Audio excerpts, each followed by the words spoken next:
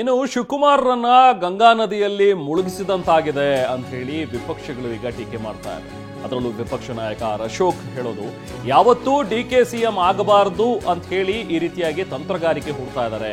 ಯತೀಂದ್ರ ಹೇಳಿಕೆಗೆ ವಿಪಕ್ಷ ನಾಯಕ ಅಶೋಕ್ ಕೊಟ್ಟಿರುವಂತಹ ಪ್ರತಿಕ್ರಿಯೆ ಇದು. ಸಿಎಂ ಸಿದ್ದರಾಮಯ್ಯ ಗುಂಪಿನಿಂದ ತಂತ್ರಗಾರಿಕೆ ನಡೆದಿದೆ. ಸಿಎಂ ಸ್ಥಾನಕ್ಕೆ ಡಿಸಿಎಂ ಡಿಕೆಶಿ ಪಾಪ ಟವಲ್ ಹಾಕೊಂಡು ಕೂತಿದ್ರು. ಡಿಸಿಎಂ ಡಿಕೆಗೆ ಸಿಎಂ ಸ್ಥಾನ ತಪ್ಪಿಸೋದಕ್ಕೆ ಕುತಂತ್ರ ನಡೀತಾ ಇದೆ ಅಂತ ಅಶೋಕ್ ಪ್ರತಿಕ್ರಿಯೆ ನೀಡಿದ್ದಾರೆ. ಡಿ.ಕೆ. ಶಿವಕುಮಾರ್ನ ಗಂಗಾ ನದಿಯಲ್ಲಿ ಮುಳುಗಿಸ್ದಂಗೆ ಆಯ್ತು ಅಂತಾರೆ.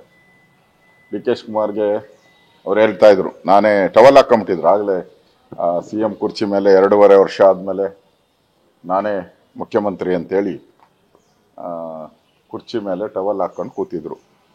ಪಾಪ ಡಿ.ಕೆ. ಶಿವಕುಮಾರ್ ಅವ್ರಿಗೆ ನಿರಾಸೆ. ಅಂದರೆ ಸಿದ್ದರಾಮಯ್ಯನವರ ಗುಂಪು ಯಾವ ರೀತಿ ಸ್ಟ್ರಾಟಜಿ ಮಾಡ್ತಾ ಇದೆ ಅಂದರೆ, ಮುಂದೆ ಯಾವತ್ತೂ ಕೂಡ ಡಿ.ಕೆ. ಶಿವಕುಮಾರ್ ಈ ರಾಜ್ಯದಲ್ಲಿ ಮುಖ್ಯಮಂತ್ರಿ ಆಗಬಾರ್ದು, ಆ ಥರ ಸ್ಟ್ರಾಟಜಿಯನ್ನು ಸಿದ್ದರಾಮಯ್ಯನವರು ಅವರ ಬೆಂಬಲಿಗರ ಕೈಲಿ ಮಾಡಿಸ್ತಾ ಇದ್ದಾರೆ, ಮಗನ ಕೈಲಿ ಮಾಡಿಸ್ತಾ ಇದ್ದಾರೆ.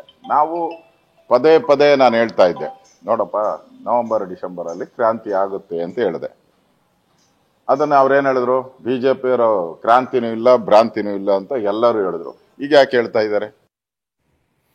ಅಶೋಕ್ ಇನ್ನು ಮುಂದುವರೆದು ನೋಡಿ, ಸರ್ಕಾರ ಪತನಕ್ಕೆ ಯತೀಂದ್ರ ಗುದ್ದಲಿ ಪೂಜೆ ಮಾಡಿದ್ದಾರೆ ಅಂತ ಹೇಳ್ತಾರೆ.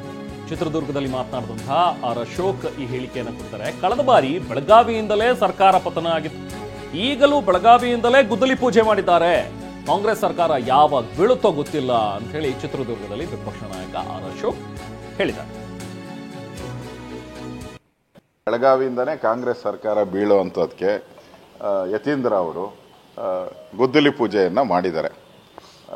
ಏನು ನಮ್ಮನ್ನು ಸುಳ್ಳು ಸುಳ್ಳು ಅಂತ ಹೇಳ್ತಾ ಇದ್ರು, ಅದು ನಿಜ ಆಗ್ತಾ ಇದೆ. ನವೆಂಬರ್ ಕ್ರಾಂತಿ ಡಿಸೆಂಬರ್ ಕ್ರಾಂತಿ ಏನಾಗ್ತಾ ಇದೆ ಅದು ನಿಜ ಆಗ್ತಾ ಇದೆ ಅಂದರೆ ಇದರಿಂದ ಸ್ಪಷ್ಟವಾಗಿ ಅರ್ಥ ಆಗ್ತಾ ಇದೆ. ಕಾಂಗ್ರೆಸ್ ಒಂದು ರೀತಿ ಗೊಂದಲದ ಗೂಡಾಗಿದೆ.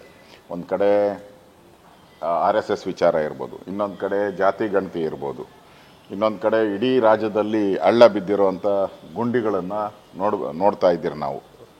ಈ ಥರದ್ದೆಲ್ಲ ವಿಚಾರಗಳನ್ನು ಅವರು ಅಭಿವೃದ್ಧಿ ಕುಂಠಿತ ಮಾಡಿ ಈ ಥರದ ವಿಚಾರಗಳಿಗೆ ಡೈವರ್ಟ್ ಮಾಡ್ತಾವ್ರೆ. ಜನ ಏನು ಮಾಡ್ತಾರೆ, ಯಾಕೆ ಅಭಿವೃದ್ಧಿ ಮಾಡಿಲ್ಲ, ನಮ್ಮ ರಸ್ತೆ ಸರಿ ಇಲ್ಲ, ನಮ್ಮ ಆಸ್ಪತ್ರೆ ಸರಿ ಇಲ್ಲ, ನಮ್ಮ ಶಾಲೆ ಸರಿ ಇಲ್ಲ, ಹಿಂಗೆ ಕ್ಲೈಮ್ ಮಾಡ್ತಾ ಇದ್ದಾರೆ ಜನ. ಅದಕ್ಕೆ ಡೈವರ್ಟ್ ಮಾಡೋಕ್ಕೆ ಈಗ ಯತೀಂದ್ರ ಒಂದು ಹುಳ ಬಿಟ್ಟಿದ್ದಾರೆ. ಇದೊಂದು ಅಷ್ಟು ದಿನ ಓಡ್ತೈತೆ ಕಾಂಗ್ರೆಸ್ ಪಾರ್ಟಿಯಲ್ಲಿ. ಒಟ್ಟಿನಲ್ಲಿ ಕಾಂಗ್ರೆಸ್ ಗೊಂದಲದ ಗೂಡಾಗಿದೆ. ಯಾವಾಗ ಸರ್ಕಾರ ಬಿದ್ದೋಗ್ತೈತೋ ಗೊತ್ತಿಲ್ಲ, ಆ ಪರಿಸ್ಥಿತಿ ಇದೆ.